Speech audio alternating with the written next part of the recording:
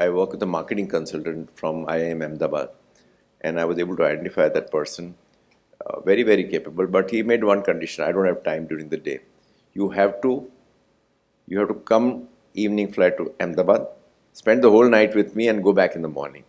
So, as an entrepreneur, you never take no for an answer. 10 years prior to us, somebody had launched coconut oil and plastics and not done a good job. The square shaped bottle with a lot of oil on the outer surface of the bottle, resulting in rat biting at the night when the retailers close the shop. Next day morning, when the retailers opened the shop, the whole shop was spoiled. We had a battle, and they said that we are now competing against you. Levers much, much larger than us. I'm talking of 20 years back. And at the simultaneously, the MD and all say, please sell out, otherwise your history. I didn't sell out. And I decided to take them on. Ultimately, we bought their brand from them to us, after 6-7 years.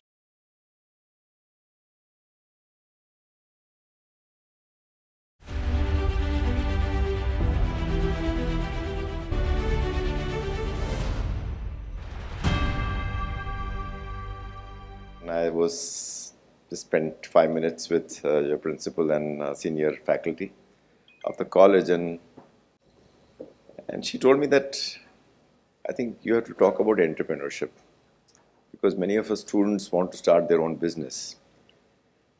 And I think that really resonated with me so much because I have a very, very strong belief in entrepreneurship. It is only the entrepreneurs in India who are going to take this country to greater heights. We are talking of $5 trillion economy, $10 trillion economy, and we need more and more entrepreneurs to make that happen. Of course, it is easier said than done. It's not that every time every person who gets into a business will succeed. But nonetheless, what I'm going to tell you in the next half an hour was what it takes to succeed in building a business. And my journey started at a very, very young age, at 20. Like all of you, I've also studied commerce and economics and accounting. And that's it, nothing more than that. I wanted to do an MBA, but my father told me not to go abroad. I couldn't get into one of the MBA schools like IIMs.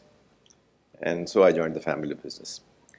At that time, a small business, different businesses. One of the businesses was edible oils in bulk. And as I started exploring, I realized that there was an opportunity to convert their business from unbranded to branded. It was mainly sold in bulk in big tins to trade. We were selling it in tankers to other industries. We had refined oils, we had coconut oil. And one thing which really resonated with me was that the products of Bombay Oil Industries at that time were very well received in the market. And if we can actually pack them in small packs under a brand and distribute these products and create a market, it will be a far better business than a B2B business, which is mainly selling oils to industries and to trade, and where the gross margins are relatively very, very low. So with that in mind, I started touring. I started recruiting talent. And I remember my first tour was in parts of Maharashtra. I started with Nagpur and then went all the way to Jalgaon. Took a car, hired one person, and we had a limited range of parachute coconut oil at that time, a few packs. I started appointing distributors many a times in small towns. I remember you don't even, at that time, I'm talking of early 70s, there were not enough hotels also. So I have stayed with distributors at their houses after appointing them. So a lot of groundwork which happened at that time in terms of visiting markets, visiting retailers, doing actually selling to the retailers, creating awareness of our products was done at a personal level. I think that really built a very strong foundation in me in terms of what it takes to distribute products, because India is a very vast country and each state has different ways of doing things. So that bottom-up approach in terms of distribution really helped me understand what are the key issues faced in the trade. And then when it came to building a brand, we appointed an ad agency, and the first thing I told an ad agency was that I want to spend 1 week with you in terms of understanding how advertising is created, because I didn't know and nobody was there to guide me from the top. So The business grew, and as the business grew, we needed more people. And I'll talk a lot about people because ultimately, for a business to succeed, you need a good proposition and good people. And to me, these are the two most important thing in any business. So we were not able to get good people. We were in the heart of commodity markets in Bombay, very crowded. People would, before they come to the office only, they would run away because it's so crowded, very dirty. So how do you overcome that challenge was a big issue with me. And I said that let me work with individual consultants who can help me. So even things like an appointment letter was not there in the company. So I work with a marketing consultant from IIM Ahmedabad, and I was able to identify that person, very, very capable. But he made one condition: I don't have time during the day. You have to come evening flight to Ahmedabad, spend the whole night with me, and go back in the morning. So as an entrepreneur, you never take no for an answer. And then when people were not coming to my office, then I would call them to a club, which was a very nice club next to my house, very, very good surroundings. Meet them once, twice, prepare them that, okay, it's a matter of time, we'll shift offices. And that approach also worked. So my first advice to all of you is, you don't take no for an answer. There are alternative ways to resolve issues. Every person goes through setbacks. I've gone through multiple setbacks, and there are two things. There are alternate routes, and every setback, every failure has a learning which can be applied a little later in your journey. And I'll talk a little bit about those setbacks also. So then the business grew. I started first with West and then South and covered the whole of India. And in that process, we got about 15% market share in Parachute in a very large market. And we said that, how do we become market leader? And it's in me that whatever I want to do, I want to be the market leader. Because if you are a market leader, you are a dominant player. If you are a strong brand, you have the pricing power. You can actually ensure that when there is inflation, you'll be able to take up the prices. So a strong brand plays a very, very important role, and I wanted to build a very strong brand. So after 15%, how do I become a 50% market share brand?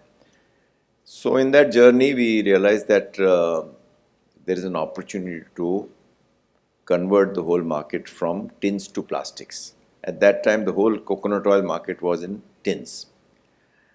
And we said that yes, plastics is cheaper than tins. It's relatively more attractive. It's convenient for the consumer to use. And we thought we had a winner on hands. So normally in any business, one other thing I always tell is, you have to do consumer insighting. And intermediaries who are going to buy from you have to do insighting. So we went to the consumers, told them that this is something, and they were open to trying out. When we went to the trade, the retailers, there was a strong opposition, because apparently 10 years prior to us, somebody had launched coconut oil in plastics and not done a good job. The square-shaped bottle with a lot of oil on the outer surface of the bottle, resulting in rat biting at the night when the retailers closed the shop. Next day morning, when the retailers opened the shop, the whole shop was spoiled. So there was a huge resistance saying that we are not going to keep your coconut oil in plastics. So as I said, you never give up. So we went back to the drawing board. We briefed our packaging vendor that you design a bottle which is difficult for a rat to bite. So that's how a rounded bottle came in. We told our manufacturing that ensure that not a single drop of oil is on the outer surface of the bottle. And all that happened, and we said, now how do we test this out? So we got a few bottles, and we got some rats and put them in a rat cage. And for one day we kept it, and nothing happened. And I think that gave us tremendous confidence that now we can go to the trade and tell them that this is working, and even if it doesn't work, we will reimburse you. So we took pictures of that. We gave it to all our salesmen, saying that you can show these pictures to the trade also to overcome resistance. And that's how we went on overcoming the resistance. All the extra money we made in plastics was deployed towards creating more demand for plastics in terms of more advertising budgets. Then multiple set of innovations in plastics itself. In coconut oil freezes in winter, so people would go back to tins in winter. So we had a wide mouth pack in the winter. Then a lot of copycats. That 20% of our sales was being lost to copycats. So we went to a mold maker in Italy and saying that, can you make a mold which is difficult to copy and which is expensive? So at that time it cost about 2 crores. We implemented that, and all of a sudden the copycats vanished. But it was a matter of time. Indian mold makers were able to make a mold at a fraction of a cost. But what I'm trying to say is, I think in any business you have to go on innovating on a perpetual basis. Just innovating once will give you, if it is successful, it will give you some quantum jump, but at some stage others will start copying. So in the whole multiple innovations we've done in Parachute, our market share over a period of 5 to 7 years jumped up from 15% to 50%. And today also it's 50%. It's a very large market, not so much in North, but more so in South and West. Just to give you an idea, we pack something like 7 crore bottles every month. So we reckon about 20 to 30 crore people in India are using Parachute coconut oil. So it's a very large market, and most of the product is offered in small packs of 20 ml, 50 ml, 100 ml. So, that's how we have created a brand. And then we realized that, can we take this whole brand in some other country? And we realized that in Bangladesh, the whole market is in tins. It's dominated by local brands. And whatever innovations we did in India, we did it simultaneously in Bangladesh. And we are so confident that we will be able to win in the marketplace. So it has been hugely successful in Bangladesh against local brands. Now we have an 80% market share in Bangladesh market. And we are the largest Indian company in Bangladesh. We're doing a turnover of more than 1,000 crores. So what I'm saying is, innovation is very, very critical to win in the marketplace. And if you want to start a new business, it's very, very competitive.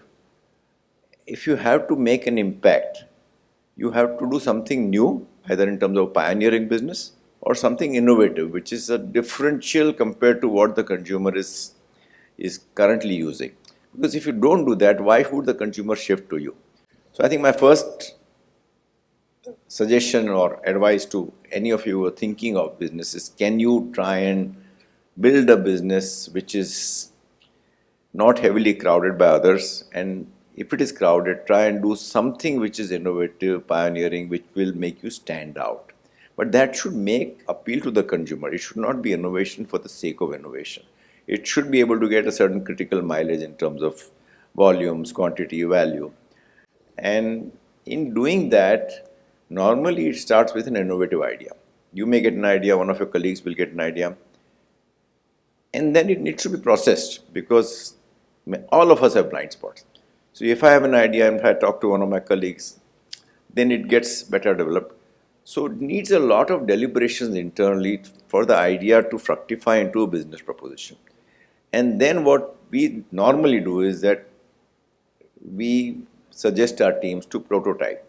That, okay, you have this idea. If you launch a product, especially in consumer products, if you launch a product on a national basis, you have to spend a lot of money in terms of communication, advertising. So suggestion is to prototype that on a small scale. Can I prototype in one small city, so that my whole risk is going down in terms of, say, advertising budgets. More importantly, this is a live market research for me. I am testing out all my hypotheses in the prototype phase. So whether it is pricing, whether it's advertising, the product, brand name, packaging, there is a continuous focus in terms of what's working in the marketplace on a very small scale. And once you achieve certain action standards, you expand it to other areas. But I am a very strong proponent of prototyping, experimentation, because the biggest failure to innovation is the fear of failure. And especially in a large organization, we recruit a lot of MBAs. We take about 15, 20 MBAs every year. They are afraid to take risks because at the beginning stage of their journey, their first job, they don't want to fail. What will happen if it is on my biodata that I failed? But I think we have to overcome that, because if you have that fear of failure, you will never succeed in life. And it's very, very important to take that risk. Risk taking combined with removing the fear of failure is very, very crucial in any professional or an entrepreneurial journey. And it's okay to fail, because sometimes you win, and there's a saying, sometimes you lose, but sometimes you win. The other way of putting it is, but you always learn. And I'll give you some examples of failures we've had. I'll give you two examples. We wanted to expand to other markets, and our expansion basis was on hair oiling, and most other countries had stopped hair oiling. So we said that, can we go to developed markets? So we bought a company in USA, which was selling products to spa industry, but products based on Ayurveda. And we thought we had a good proposition. But B2B selling is very different from B2C selling. B2C is ultimately we are selling a product to the consumer. B2B is selling it to spas. And we tried doing it. We were not equipped to do it.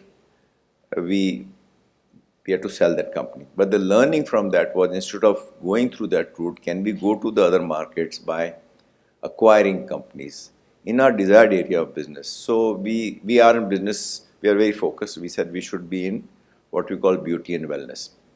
So we briefed bankers and we said that let's go to developing markets. And we have, over a period of time, made 2 acquisitions in Egypt, 2 in South Africa, 2 in Vietnam, and now about 25% of our turnover comes from international business. But that mistake of going into some other business model put us back into the track of FMCG in other markets, and that's how we went in. One other failure I will talk about. You also have a brand, this Saffola. Saffola is good for the heart and good for health. And about 8-10 years back, we said that, can we develop a product which is healthier? So we were the first one to try out baked snacks, not fried snacks. I'm talking of 10 years back, under the brand name Saffola. The mistake made by the product team and the marketing team was that they gave health more priority to taste. Now, in an impulsive category like snacks, taste is most important. Health will come secondary. And I think we made that biggest mistake of giving preference to health over taste. We had to withdraw the product. We lost a big opportunity. So the learning from that was, in food, taste is the most critical. So a few years later, when we launched our oats, again we were stagnated in terms of market share, 15% market share against brands like Kellogg's, Quaker. And we said that we have to innovate. So went back to the consumer, tried to find out the breakfast habits, and realized that Indian consumers like savory breakfast, not sweet breakfast. So can we do a range of products like what Maggi has done to noodles?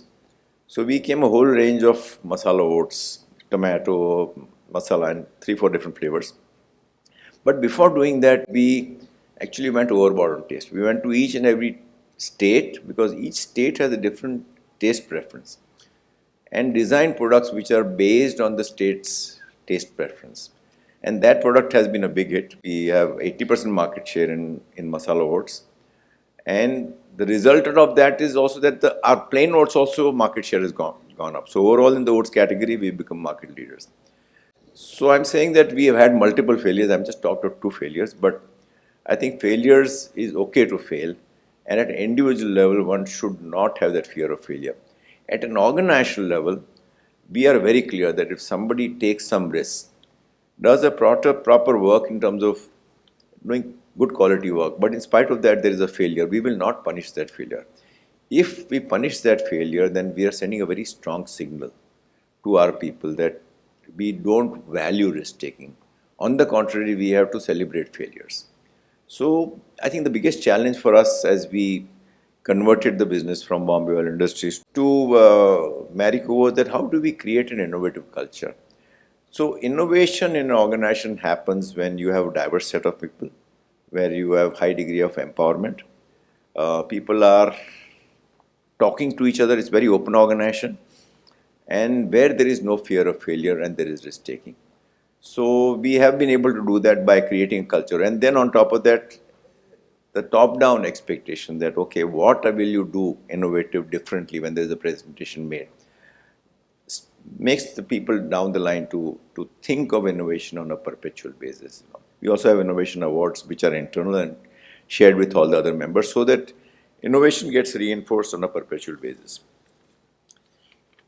So, one or two other things I'll talk, and then maybe there are a few questions I can take. One other thing I realized in my own journey is many times we want to pursue something new and give that thing to the same team. For example, when we wanted to go international, India was big market, and I asked the Indian team to handle international, Indian sales, Indian marketing team. But invariably, because they were concentrating on India, which is a very large market, they would just ignore the international markets until one fine day we said that let me take a senior person only looking after international business. So we are removing escape buttons of that person managing the Indian business. And multiple times I can give. Similarly in Kaya, when we wanted to start a business, I removed a team of 2 people reporting directly to me. Okay, let's start a new business. And before giving it to the existing team, they would have many other things to do. Here, because these 2 individuals only had to look at new businesses, we were able to establish a business within a very short period of time. Let me talk a little bit about, I think most of the time when I talk to groups or when I'm a speaker, the question to me is, what are you doing about plastics in the environment? Because plastics, at that time, we didn't have environmental crisis of plastics. I'm talking of 30 years back.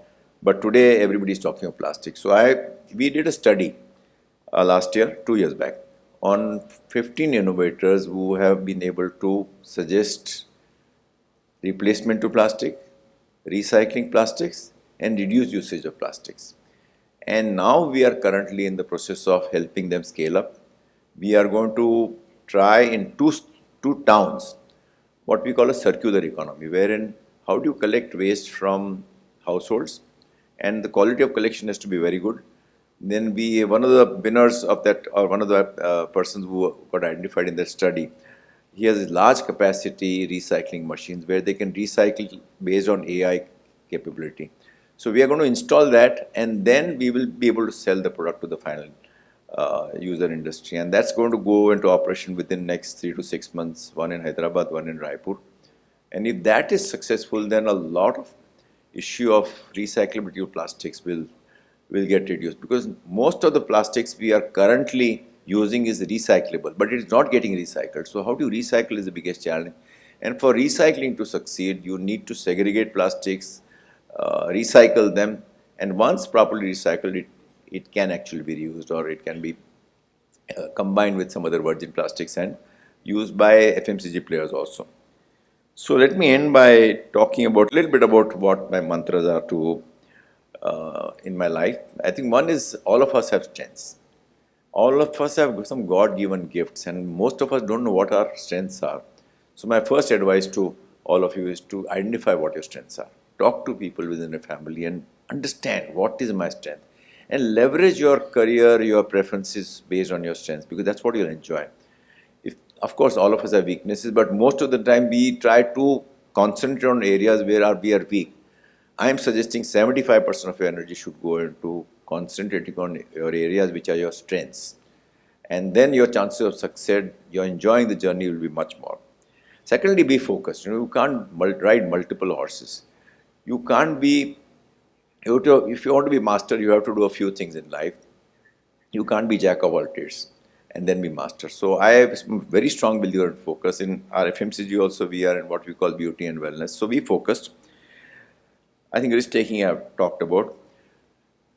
Many times entrepreneurs, they think they are being told, I have to have vision over a period of 20 years when I start. It doesn't happen like that. I didn't have any clue what I was going to do when I enter the business, but it evolved from selling coconut oil to getting into other FMCG products, to going from India to international, to many things. And now we have digital brands also. So we acquired 4 digital brands in the last 2-3 years. So it's very difficult to anticipate what the environmental challenges are going to be and how the environment is going to go.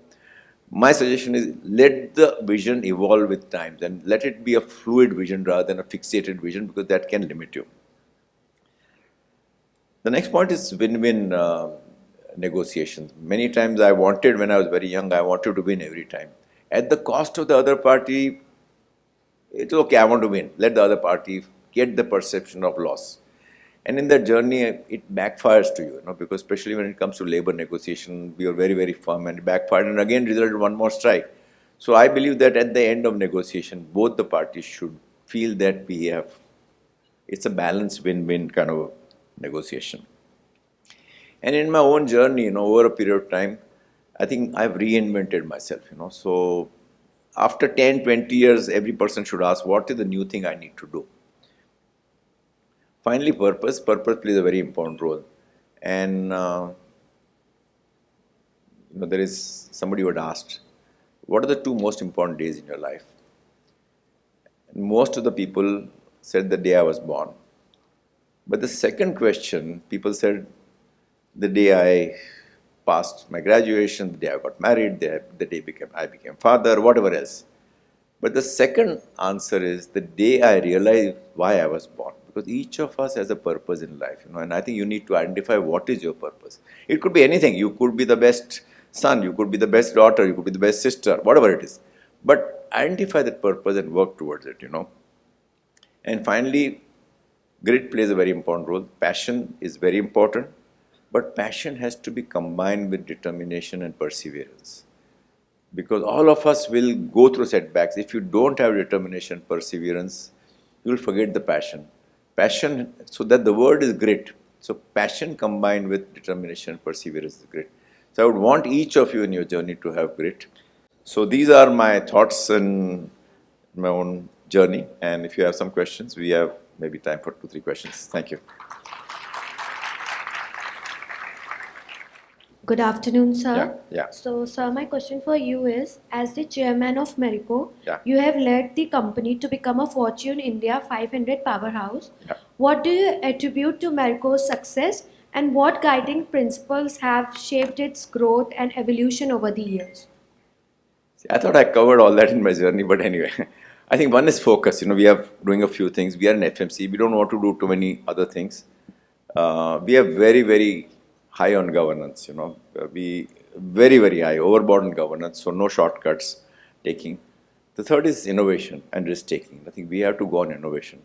And the most important thing is the talent. I didn't have the time to talk about what we do in the area of talent, but talent and culture play a very, very important role, because ultimately you may have a best of idea, but if you don't have the good talent which needs proper execution, you will not be able to convert that idea into a solid business proposition. So for someone who wants to be an entrepreneur, do you wait for the right idea to strike to you, or do you go about looking for the right idea? It's both. I've got many times ideas coming from somebody else. The Kaya idea came from somebody else, but the initial idea was to go through laser hair removal parlors, and then I said I want to expand that. Then we went to a whole skincare kind of a thing. So it can be both. I think the key thing is you should have an open mind, you should have a curious mind, you should have a learning orientation to go on asking people for ideas. And also you can, in that journey, you're reading, you're seeing what are the trends happening internationally. Many trends which are international, it's a matter of time they come to India. I had seen trends like vegan, organic, natural 5 years back, and now all of that has come to India very, very actively. So I think the key thing is to have a curious mind, go on asking people, what is the thing. If you should be broadly aware of what kind of business you want to go into, but it's both. You can get ideas from others and you can have your own ideas. Sir, in web series and things like that, we have seen, like I have seen Silicon Valley, so there were things like forceful acquisitions were happening, and people were on gunpoint to sign on the company, like we have to acquire your company, and they were willing to offer as much money as they wanted. So, are these things really happening in the real world as well? I don't know what is forceful acquisition, but if you are a well-managed company, you'll always get people asking about you whether you want to sell out. It's happened to me multiple times. Like if a company does not want to sell itself to You can say no then. Why? What is the issue? I mean, That's then why there's a risk. I'll tell you, we had a battle with levers and I didn't have the time to cover that. But we had a battle and they said that we are now competing against you. Levers much, much larger than us. I'm talking of 20 years back. And at the simultaneously, the MD and all say, please sell out, otherwise your history. I didn't sell out. and I decided to take them on. Ultimately, we bought their brand from them to us, after 6-7 years. So no, there is nothing like that. Of course, that fear is there. I came to a conclusion, we'll take them on, not based on some blind assumption, but properly evaluating that we have the strength to take them on.